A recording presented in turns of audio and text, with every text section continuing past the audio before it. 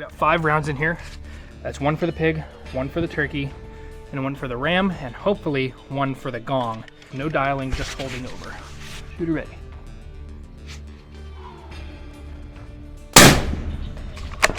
Impact. Turkey, right turkey.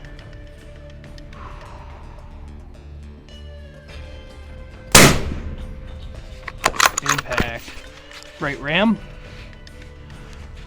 Find him, there he is.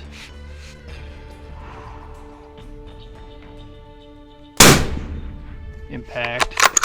All right, come on gong.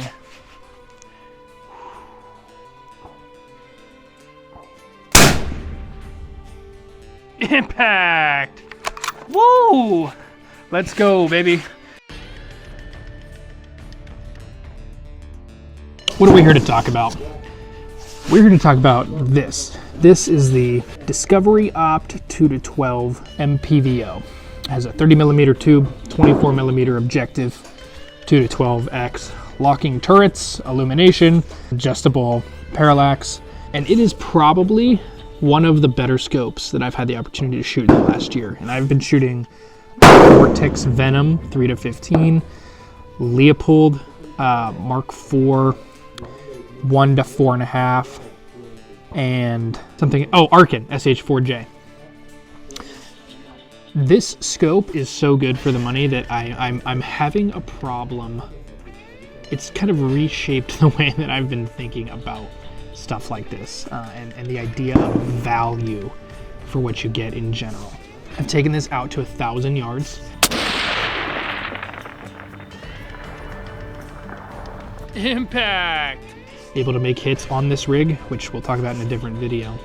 And now more than ever, every dollar you spend counts. And so you need to get the most value for your dollar. The glass clarity on this, I would unironically compare to my Vortex Razor Gen 1 5-20. This actually has less chromatic aberration, which for me is one of the worst parts of budget scopes. The reticle is super functional. It's probably the weakest part only because there's no wind holds, but if you dial elevation, your wind holds are built into the crosshair, right? Because now you're using that center cross part. Like the fact that on a $170, $180 2-12 scope, I can read heat mirage. Impact. I will say the scope isn't totally without flaw.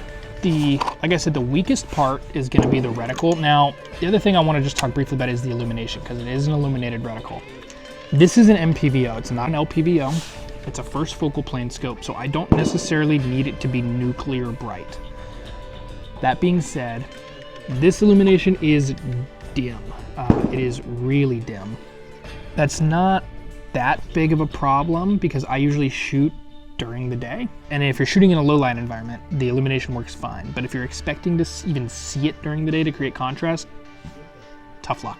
Other major weak part is going to be the 24mm objective, because at 12x 24mm, I think that makes it a 2mm, right? Eye box, which is, it's tight. It feels tight at 12x. Now I usually keep it back down to 10. And again, I've done this at 1,000 yards. I keep it at 10x. 0 problems. Just overall, just couldn't be happier with the thing, especially for the price. Unfortunately, it does seem to be sold out pretty much everywhere, which is a big bummer. Be nice if it was available.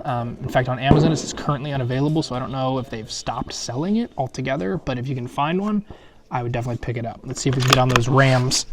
That left-right is back down there. I can see it on the Mirage. Impact. So what are my final thoughts? Well, I'd say if you can find one, go for it. Now, there's an important caveat here, which is that DiscoveryOpt is not a known quantity. Just because I had a lot of good success with this particular example doesn't necessarily mean that you're going to. I did also just want to bring up the fact that right now, this is a really hot market segment. We have Athlon with their 2-12. Primary Arms, I think just yesterday, dropped their SLX 2-12. This magnification range is becoming incredibly popular because of the interest in having the ability to do relatively close work and also shoot out to distance with precision rifle. So keep your eye on this market segment. And if you can find one of these, I say go for it. We'll see you next time. My name's Jeff.